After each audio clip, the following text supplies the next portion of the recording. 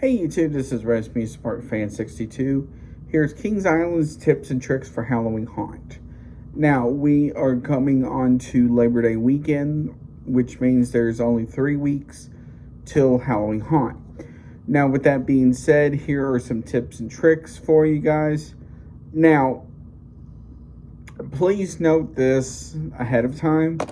Haunt is going to be a little bit different this year, as now you have to pay to get into the mazes.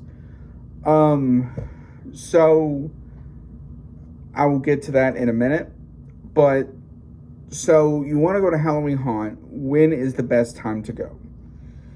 I would have to say either Thursday nights, which is new for this year, Friday nights, or Sundays, because the crowds are typically going to be lower. Thursday nights, because of school the next day.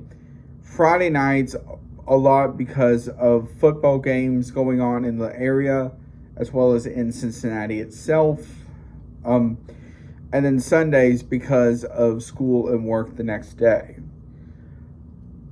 Also, if there is a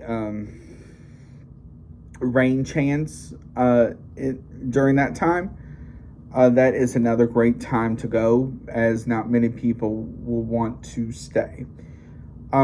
Last year when I went, it did get very cold and windy on that Sunday, which didn't help, or the crowd wasn't as heavy as it was. So, Halloween Haunt starts on September 20th, I think it is, and it goes through November the 2nd. Now, keep this in mind as well. Haunt this year is every Friday, Saturday, Sunday, and then in October it is Thursday, Friday, Saturday, Sunday. The only day it's not on a Sunday is November 2nd, which is just the Tricks and Treats, which is their family fall event. Tricks and Treats is every Saturday and Sunday. Tricks and Treats goes from 11 to 5. And Planet Snoopy will close at 6. Now, the first trick is to get there as early as you can. I have seen people line up by the front gate as early as like 4:30, maybe earlier than that. So the best thing to do is get there as early as you can, because the line does back up fairly fast the closer it is to the gates opening. I got there last year on a Friday at around, I think it was 4:30, and the line just to get in still was a fairly decent line. So I would highly suggest you getting there as early as you can. Also, please have your payment ready. They are cashless, so either have your credit card, debit card, or your season pass. Now, especially on nights where they are expecting big crowds, typically like Saturdays and then sometimes Friday nights for Haunt, if you show your season pass, they will just let you through instead of scanning the pass, just to try and get as many cars as they can. Once you get to the front gate, you will hear an announcement talking about all the different stuff, saying like they are cashless, you have to go through security, etc. Now, the good thing about their security is it's just a walkthrough. So unless they see something you can just keep on walking. The ticket window is right there in front. So I would highly suggest, if you have to get a ticket, to try and get in that line as soon as you can. Now, the line to get into Kings Island can get long. Also, please note this, they do have a chaperone policy going on. That essentially goes from, I think it's like 4 o'clock Saturday or on the weekends, and I think it's like, I forgot the hours for the chaperones, but that is one of the things you are going to have to do, is show your ID, because they will have an area right past security where you have to show your ID to get in. Once you do that, and you go through the main entrance, you will be right there on International Street. So the next best thing to do, depending on the day that you go, is try and get your fast pass, the haunted house version if you decide to go through. Now, please note this, like I said earlier, you have to pay to go through the mazes this year. So that is the other thing. It is $10 for a haunt pass, or if you get the pass and a ticket, it's $55. The new maze for this year is The Conjuring, and that is another one you have to pay for separately. That is $15.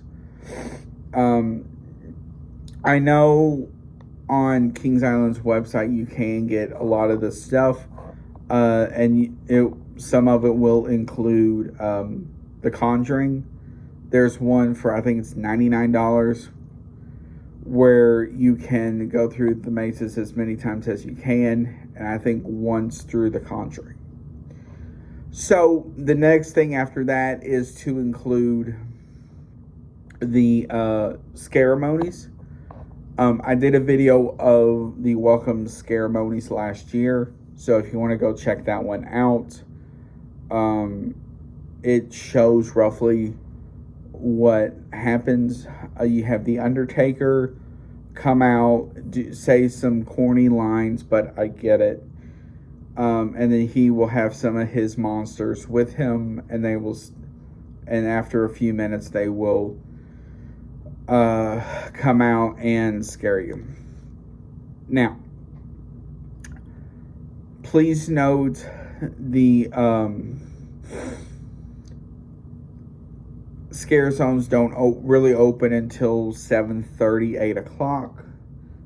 So when it gets darker, so while there still may be fog and stuff that will go through, the actors won't be out. As for like Thursday nights, I would think they're going to have probably the minimum that they can for those scare zones, as the park is only open 5 hours. Also, I would expect for Thursday nights as well, the minimum like food and drink stands to be open as well. So keep that in mind. For rides and stuff like that, I'm not entirely sure. I would think they would probably want to have as many as they can, but considering it is only 5 hours during that time, they may only have as much as they can. Please note, Thursday nights and Friday nights, Planet Snoopy will not be open. Now, the mazes for this year, the new one is called Order of the Dragon, which has like a vampire theme to it. And then you have Alien Abyss, The Conjuring, like I mentioned earlier.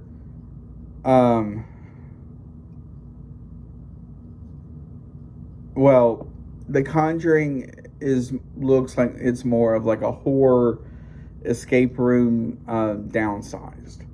Then you have Cornered, which is that one right near the Drop Tower in Congo Falls.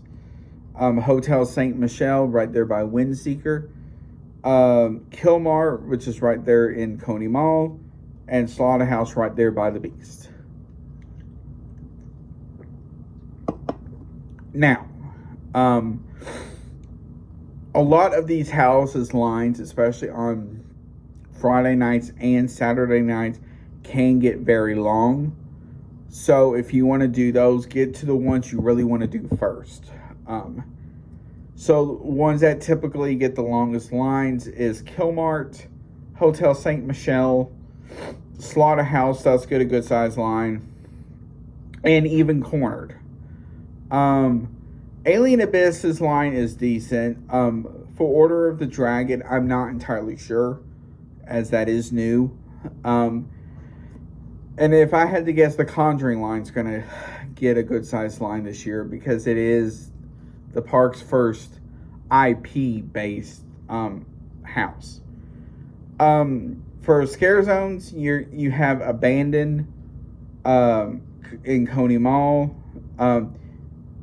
or right there near Diamondback and such. Coney Mall, which is the clown theme one. Hooked, which is the Pirates one. International Street Fear, and Pumpkin Eaters. Pumpkin Eaters is a really good one, but it does get very congested. So keep that in mind. Now, I will say this.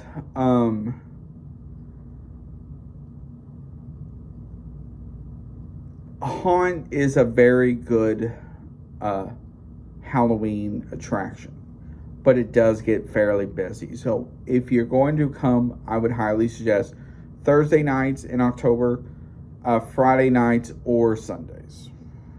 If you have any questions, comments, or concerns, please leave it down below.